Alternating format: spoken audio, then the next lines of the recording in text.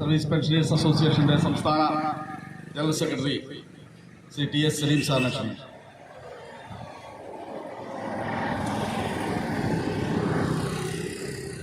ഏറെ പ്രിയങ്കരനായ കോൺഗ്രസ് മണ്ഡലം കമ്മിറ്റിയുടെ പ്രസിഡന്റ് ശ്രീ അരുൺ ബാബു, ഈ ധർണാ സമരത്തിൽ പങ്കെടുക്കുന്ന കോൺഗ്രസ് നേതാക്കൾ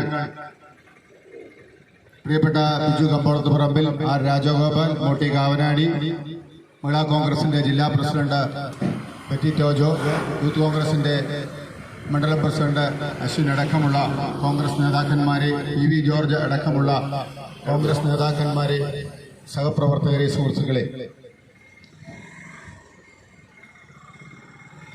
ജനകീയ ജനാധിപത്യത്തിലെ ഏറ്റവും ശ്രദ്ധേയമായ ഭരണസമിതിയാണ് ഗ്രാമപഞ്ചായത്ത്. ജനങ്ങൾക്ക് പെട്ടെന്ന് വികസന പ്രവർത്തനങ്ങളിൽ ഏർപ്പെടുവാനും അവരുടെ ആവശ്യങ്ങൾ പരിഹരിക്കുവാനുമുള്ള ഏറ്റവും പ്രധാനപ്പെട്ട ഒരു ഭരണസമിതി എന്ന നിലയിൽ നമ്മുടെ പഞ്ചായത്ത് നമുക്കൊക്കെ വളരെ വിഷമമുണ്ടാക്കുന്ന തരത്തിലാണ് മുന്നോട്ട് പോകുന്നതെങ്കിൽ അത്തരം വിഷമങ്ങൾ എന്താണ് എന്ന് ചൂണ്ടിക്കാണിക്കുവാനും അതിനെതിരെ ശക്തമായി പോരാടുവാനും ജനാധിപത്യ വ്യവസ്ഥിതിയിലുള്ള മാർഗങ്ങൾ ഉപയോഗിച്ച് സമരം ചെയ്യുവാനുള്ള അവകാശമാണ് ഇന്ന് കോൺഗ്രസ് മണ്ഡലം കമ്മിറ്റി ഏറ്റെടുത്തുകൊണ്ട് നടപ്പാക്കുന്നത്. ഇവിടെ സംസ്ഥാന ഗവൺമെന്റിന്റെ ഓഡിറ്റ് ഡിപ്പാർട്ട്മെന്റ് ചൂണ്ടിക്കാട്ടിയിട്ടുള്ള പരാമർശങ്ങൾ ഈ പഞ്ചായത്ത് ഭരണസമിതി പരിശോധിക്കുമെന്ന് ഞങ്ങൾക്ക് ഉറപ്പാണ്. പക്ഷേ ഒന്നും ചെയ്യാത്ത പഞ്ചായത്ത് ഭരണസമിതി ഇത് പരിശോധിച്ചിട്ട് എന്ത് ചെയ്യാനാണ് എന്ന് നിസ്സംഗതയോടുകൂടി ഇരുന്നാൽ അതിനെതിരെ ശക്തമായ പ്രതിഷേധങ്ങളും അതിനെ തുടർന്നുള്ള സമരങ്ങളും ഉണ്ടാകേണ്ട ഒരു സാഹചര്യമാണ് നിലവിലുള്ളത്. ഒരു പഞ്ചായത്തിനെ സംബന്ധിച്ചിടത്തോളം അതിന്റെ തനത് ഫണ്ട് അല്ലെങ്കിൽ സ്വന്തമായ വരുമാനം എന്ന് പറയുന്നത് ഇവിടെ നിന്ന് പിരിച്ചെടുക്കുവാനുള്ള ബിൽഡിംഗ് ടാക്സും അതോടൊപ്പം തന്നെ തൊഴിൽ കരവുമാണ്. ഈ രണ്ട് കാര്യവും കൃത്യമായി പിരിച്ചെടുക്കുവാനോ ആ പിരിച്ചെടുത്ത തുക ചെലവഴിക്കുവാനോ കഴിഞ്ഞിട്ടില്ല എന്നുള്ളത് പഞ്ചായത്തിന്റെ ഏറ്റവും പ്രധാനപ്പെട്ട ഒരു നിർവഹണം എന്ന നിലയിൽ ആ നിർവഹണം നടത്തുവാൻ കഴിയാത്ത ഈ പഞ്ചായത്ത് ഭരണസമിതി എന്തിനാണ് ഇങ്ങനെ അലങ്കാരത്തിന് വേണ്ടി ജനങ്ങളെ കബളിപ്പിക്കുന്നതെന്നാണ് ഞങ്ങൾക്ക് ചോദിക്കുവാനുള്ളത്. ഇവിടെ പഞ്ചായത്തിന്റെ പ്രവർത്തനങ്ങളെ സംബന്ധിച്ച് മുൻ പഞ്ചായത്ത് പ്രസിഡന്റ് ശ്രീ ആർ രാജഗോപാൽ വളരെ ഭംഗിയായി കാര്യങ്ങൾ വിശദീകരിച്ചു. പ്രാഥമികമായ ഒരു പഞ്ചായത്തിൽ വഴിവിളക്കുകളും അതോടൊപ്പം തന്നെ റോഡുകളും പാവപ്പെട്ടവനുള്ള പാർപ്പിട സൗകര്യങ്ങളും തൊഴിൽ മേഖലയിൽ പഞ്ചായത്ത് ഇടപെടാനുള്ള സാഹചര്യങ്ങളിലൊക്കെ അവർ ഇടപെടുവാനുള്ള ഒരു സാമാന്യ ബുദ്ധി ഈ ഭരണസമിതിക്ക് ഉണ്ടാവേണ്ടതാണ്. പക്ഷെ അതൊന്നും ഉപയോഗിക്കാതെ മുകളിലുള്ള അതേ അവസ്ഥ തന്നെ താഴെയും ആവർത്തിക്കുന്ന ഒരു തരത്തിലാണ് നമ്മുടെ പഞ്ചായത്ത് ഭരണസമിതി പോകുന്നതെങ്കിൽ എന്ത് പറയുവാനാണ് ഞങ്ങൾക്കുള്ളത്? കേരളത്തിന്റെ മുഖ്യമന്ത്രിയെ മാതൃകയാക്കിയാണ് കേരളത്തിന്റെ ഈ പഞ്ചായത്ത്, കുറിച്ചി പഞ്ചായത്ത് ഭരിക്കുന്നതെങ്കിൽ ഞങ്ങൾക്ക് യാതൊരു അത്ഭുതവുമില്ല. കാരണം CPM-ന്റെ നേതാവായ പിണറായി വിജയൻ കേരള മുഖ്യമന്ത്രിയായിരുന്നു കൊണ്ട് കാണിക്കുന്ന അതേപടി തന്നെയാണ് ഇവിടെ കുറിച്ചി പഞ്ചായത്തിൽ അദ്ദേഹത്തിന്റെ അനുയായികളും ആവർത്തിക്കുന്നത് എന്നുള്ള കാര്യത്തിൽ യാതൊരു സംശയവും വേണം. പിണറായി വിജയൻ അദ്ദേഹത്തിന്റെ കുടുംബാംഗങ്ങൾക്ക് വേണ്ടി നമ്മുടെ സംസ്ഥാന ഭരണം ദുർവിനിയോഗം ചെയ്യുന്നുവെങ്കിൽ ഇവിടെ സ്വന്തം കാര്യലാഭത്തിന് വേണ്ടി പഞ്ചായത്ത് ഭരണാധികാരികൾ പഞ്ചായത്ത് ഫണ്ട് ദുർവിനിയോഗം ചെയ്യുകയും നടപ്പാക്കേണ്ട കാര്യങ്ങൾ കൃത്യമായ രീതിയിൽ നടപ്പാക്കുകയും ചെയ്യാതിരുന്നാൽ അതിശക്തമായ സമര പരിപാടികളിലൂടെ പൊതുജനങ്ങളെ ഇവരെ അറിയിക്കുവാനുള്ള ബാധ്യത ഏറ്റെടുത്തുകൊണ്ട് കോൺഗ്രസ് മുന്നോട്ട് പോകും. അതിന്റെ ആദ്യ പടിയായിട്ടാണ് ഇത്തരത്തിലുള്ള ധർണാ സമരം നടത്തുന്നത്. ഈ ധർണാ സമരത്തിൽ പങ്കെടുത്തിട്ടുള്ള മുഴുവൻ കോൺഗ്രസ് നേതാക്കന്മാരെയും സഹപ്രവർത്തകരെയും അഭിവാദ്യം ചെയ്തുകൊണ്ട് എന്റെ ചെറുവാക്കുകളിലൂടെ നിർത്തുകയാണ്. നന്ദി, നമസ്കാരം. INTUC-യുടെ റീജിയണൽ പ്രസിഡന്റും മുൻ ഗ്രാമപഞ്ചായത്ത് വൈസ് പ്രസിഡന്റുമായിരുന്ന ശ്രീ പി.വി. ജോർജിനെ ക്ഷണിച്ചു. ഏറെ ബഹുമാനപ്പെട്ട മണ്ഡലം പ്രസിഡന്റ്, ഇവിടെ ആവർത്തന വിരസത ഒഴിവാക്കുന്ന ആളുടെ പേര് ഞാൻ പറയുന്നില്ല. പ്രിയപ്പെട്ട നേതാക്കളെ, പ്രിയ സുഹൃത്തുക്കളെ, ഈ രാജ്യത്ത് പഞ്ചായത്ത് രാജ് നിയമം കൊണ്ടുവന്ന കോൺഗ്രസ്,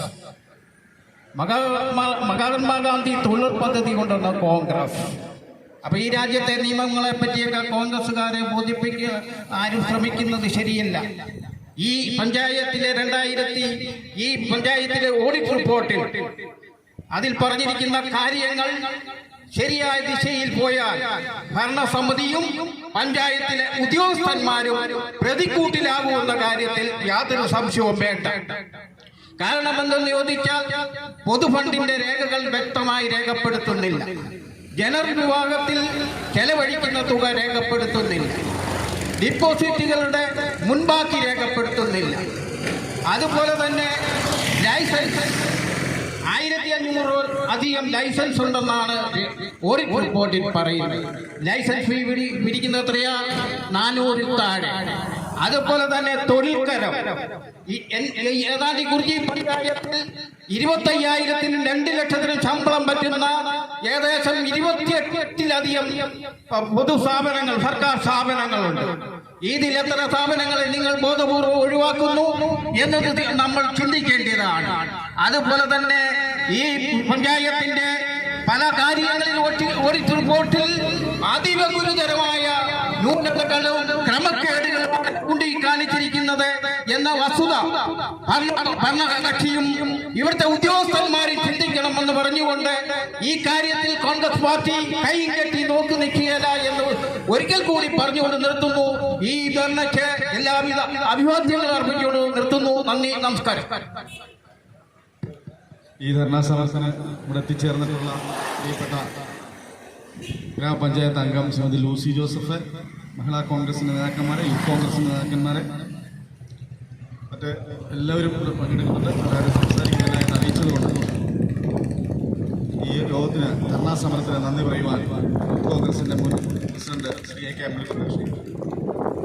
ഇത്രയും പ്രിയങ്കരനായ ഈ ധർണാ സമരത്തിൻ്റെ അധ്യക്ഷൻ മണ്ഡലം കോൺഗ്രസ് കമ്മിറ്റിയുടെ പ്രസിഡന്റ് അരുൺ ബാബു അവർ, ഈ ധർണാ സമരം ഉദ്ഘാടനം ചെയ്ത മുൻ മന്ത്രി ശ്രീ കെ.സി. ജോസഫ് അവർ, ഇവിടെ കൂടിയിരിക്കുന്ന യോഗത്തിൽ പങ്കെടുത്ത കോൺഗ്രസിൻ്റെയും യൂത്ത് കോൺഗ്രസിൻ്റെയും മഹിളാ കോൺഗ്രസിൻ്റെയും നേതാക്കന്മാരെ, ബൂത്ത് പ്രസിഡന്റുമാരെ, നമുക്കറിയാം സംസ്ഥാന സർക്കാരിൻ്റെ ഓഡിറ്റ് ഈ പഞ്ചായത്തിലെ ക്രമക്കേടുകൾ കണ്ടെത്തി അതിനെതിരെ കോൺഗ്രസ് പാർട്ടിയുടെ സൂചകപരമായ ഒരു ധർണാ സമരമാണ് ഇന്ന് ഇവിടെ നടക്കുന്നത്.